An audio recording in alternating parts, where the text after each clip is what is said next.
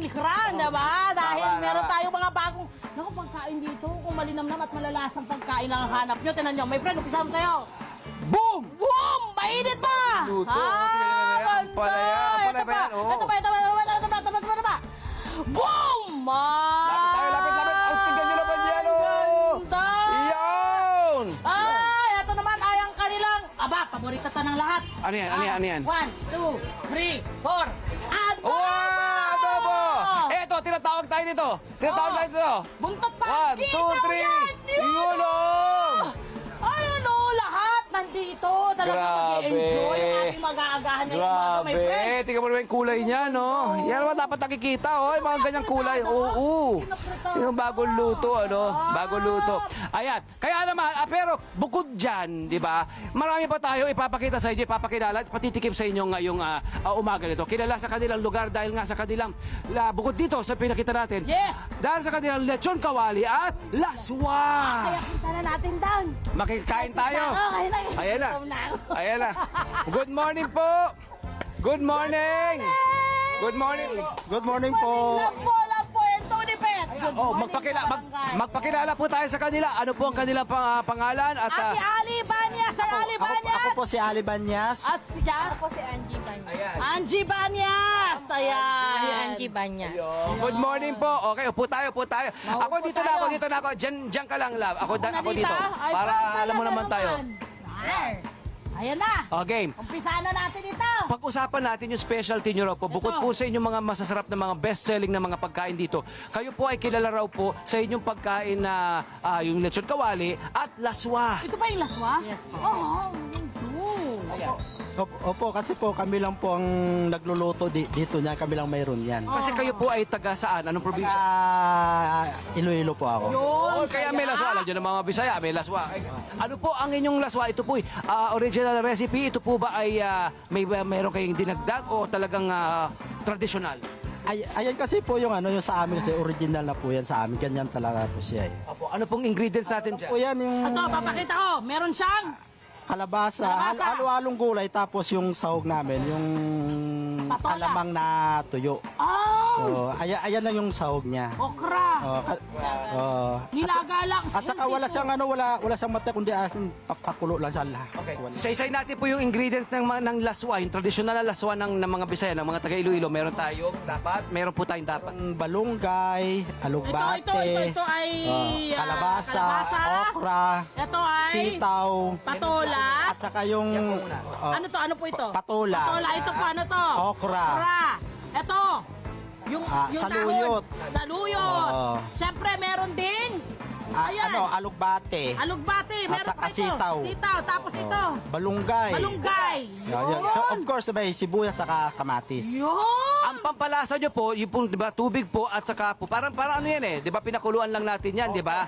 Tapos po, ano pong ang nilalagay natin, alamang? Yung Ito, pakita ko sa inyo. yung dry Ito, alamang. lapit kayo rito. Dry alamang. Ito yung alamang na maliit. Ayan. Ayan. Yun na yung pampaalat Yan, niya, yung alamang na natural na maliit. pampaalat. Opo. Wala nang iba. Ang tawag sa amin diyan kalkag. Alkag sa... Kalkag. Ito rin Alkag. yata yung nilalagay din sa sinangag minsan. Yes, Yung alkag. kalkag. Minsan naman kalkag. Diba? Yes. Diba? Itong inyong pagkain po, magkano po ito? Kasi balita ko, by ilang minuto, ubos na po Ito. yan. Yung isang order 35 lang siya. Ayun po. Basta na yung mga gulay namin 35. Masarap nga naman parisan niya ng inyong pinagkakapitagang best-selling na lechon kawali. Ito po, Mami, sino nagluluto ng lechon kawali? Ano po, mas maganda po may gulay, yung gulay. Kumbaga yung gulay pang pahaba ng buhay, partner mo naman ang lechong kawali. Papakute ng buhay Oo, lang. papakute. So dapat cute lang din ang kinakain nyo, hindi yung parang mauubusan kayo, ha? Naman in moderation dapat. Yeah, Ayan. correct. O yan. Okay, si Mami naman, gusto ko marinig si Mami. Ano po ang masasabi niyo po sa lakas ng inyong kainan? Mula anong oras po hanggang anong oras po kayo bukas? 4 o'clock namamalengke na kami. Wow. Then dire-diretso na po yun. Then, Kayo rin ba nagluluto? Hindi po, yung asawa ko lang Okay. po. Then pag minsan alas 2 o'clock, yun, sarado na kami, ubos na. Ay, mga 2 p.m. ubos na po. Tapos po pahinga na. Opo, pahinga na po kami. Yun na yun. balita ko po para pong kumbaga sa estimate natin okay naman ang sinagawa natin dyan, my friend, no? Trabaho lang nga tayo, ha? Okay, deserve mo yan. Okay, sige, ikaw magsabi ko anong final verdict natin dyan, ha? Okay, ikaw muna. Ang balita ko po, okay daw po ang ating kinikita. Okay naman po. Kayo daw po ay ayon sa aming mga nabalitaan. Ay kumikita daw kayo ng halos 4,000 plus. Opo. Kaya po yung anak namin, dito rin namin napatapos. Yun! Ito po bang negosyo nyo, tatay, mami, saan nyo po nakikita na mapupunta? Ito po ay nakikita nyo palaki na ng palaki. Magkakaroon ba kayo ng ibang branch? Ba kailangan? Kasi ibang barangay, naiinggit. Loobin po nawa ni Lord. Panalangin lang, ano po? Oo, panalangin na lamang. Opo. Oo. Eh, Ano ang sikreto ho ng ganito hong klase ng business? Pagpagkain po, ano dapat ang dapat natin laging tinatandaan? Tinatandaan natin. Ano dapat ang papanatilihin? Negosyo tips. Ikaw. Ano lang po kailangan po ayun nga, yung tsagaan lang talaga. Tapos kung ano po yung goal mo talaga na gusto At syempre yung mga pagkain nyo dapat hindi pa bago-bago. At malinis. Yun, isa pa yun. Kailangan malinis. ano naman po siya yung talagang pinamatili namin yung ano. Pinananatili. Oo, yung Pasensya ano. na. Yung- Kahit hindi nga ma-explain sa Tagalog, Bisaya Oo. Nakahalos abutak na Yung yung ano, yung- Ilonggo. yung- Saka yung ano, Tagalog. Yung lasa, kailangan talaga ano talaga. Maintain. Oh, Maintain. Oo. Kailangan hindi nagbabago. Ayan. At paano nyo po ito naumpisan, itong negosyo nyo? Sino po ba ang Marunong nagluluto? Opo. At itong negosyo naumpisan? Ako po kasi nagsimula lang po ito nung una talaga totally. Anong taon po? 2011. Uy, tagal na rin pala. 13 years. Oh, bali nagsimula ako sa Ihaw Barbecue.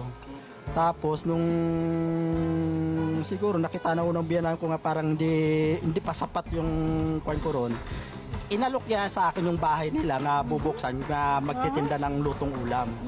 So doon nagkaisa kami, tulong-tulong kami. Sa simula mailay lang putahe lang hanggang sa patagal ng patagal, parami ng parami. Ayun. Grabe! I'm sorry! Ano man sabi mo? Okay. Ang lutong ng balat, ang lasa! Talaga? My friend! Magtira ka. Oo, magtitirahan kita!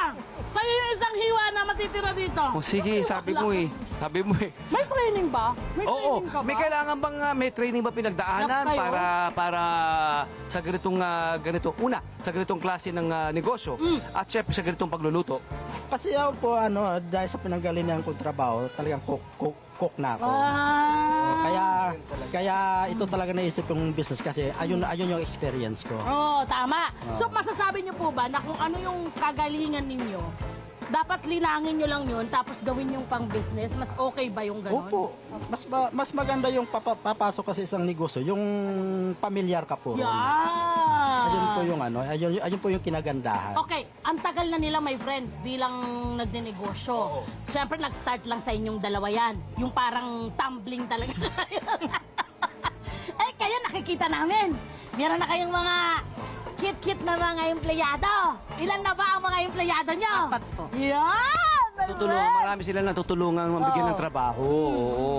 Ito po ba yung nagiging family business na po ba ito? Ito po yung nakikita nyo, ipinapasa nyo na sa inyong pamilya, sa inyong mga anak? Yung anak kong isa tapos ng HRM, kaya baka sakaling baka siya. Ang inyong ipasahan. Manawagan ka na, baka nanonood. Manawagan. anak! Huwag naman baka sakali, baka Huwag pwede naman na yan. ninyong anuhin to, pinaghirapan eh. Hindi, sigurado yan. Apo. Give them time lang, di ba? Correct. Oo. Okay, Datay, sa dami na napagdaanan, sa tagal ng negosyo, ano na po ang mga masasabi niyong proudly, na proud na kayong naipundar nyo na? Nakabili na kami ng lupa Yes. sa probinsya. And then tapos yung dating sasakyan ko owner ngayon adventure na siya. Wow! Alam mo ba? SUV na. Alam nyo ba pag sa probinsya po yung owner na yan, pang mayaman na yun? SUV Diba? na. Very good. Palakpakan! Ay, Okay. O last na lang po, ano po advice niyo po sa mga mahilig magluto at gusto magkaroon ng ganitong ka-successful na negosyo? Ano po, dapat kung marunong kayo magluto, ituloy nyo lang. Hanggat maaari, pagbutihan nyo pa, galingan nyo pa. Bago yung advice na yun, gusto kong malaman. Nung umpisa ba, magaling na agad siya magluto? Magaling ka na agad o talaga nag-experiment ka rin? Hindi pa naman sa magaling, kundi yung ikaw na mismo mag-ano doon eh. Ikaw na mismo makatuklas noon kung ano pa yung kakulangan mo at saka yung kulang pa doon sa mga niluluto mo. Ikaw na rin makakalam doon. Kulang pa ho ito talaga para sa akin. At saka dapat talento talaga to sa kusina. Totoo, Alam mo my yun, friend. Correct, pulso correct, yan eh, may pulso yan eh. Opo. Po yun. Kasi ano talaga, pagka hilig mo talaga magluto, talagang magpupusigihan mo Okay. talaga. Nay, ano sa tingin mo ang importansya ng yung pamilya nagsusuportahan pagdating sa negosyo? Anong nakita niyong importansya niya? Ang importante doon, para sa tulong-tulong para sa pag-unlad ng pamilya. Pati pag kasi minsan yung mga anak ko rin minsan nagbabantay pag wala sila. Nice! Shout out yung mga anak. Ano mga pangalan Hello, nila? mga anak. Mga pangalan? Si Aliana at saka si Alena, si Angel. Ay, lahat girlit! lalaki po yung isa. Maraming salamat po sa inyong inspirasyon. Maraming salamat at nabubusog niyo po ang ating mga kabarangay. Hi! Sa mga naman sa profile, mga Kanet 25. This is Love and New Verbo. For more love, Tunipet, and everything updates, just click the subscribe button and follow us on our Net25 social media pages at Net25 TV and Net25 Entertainment Facebook. See ya. I love ya.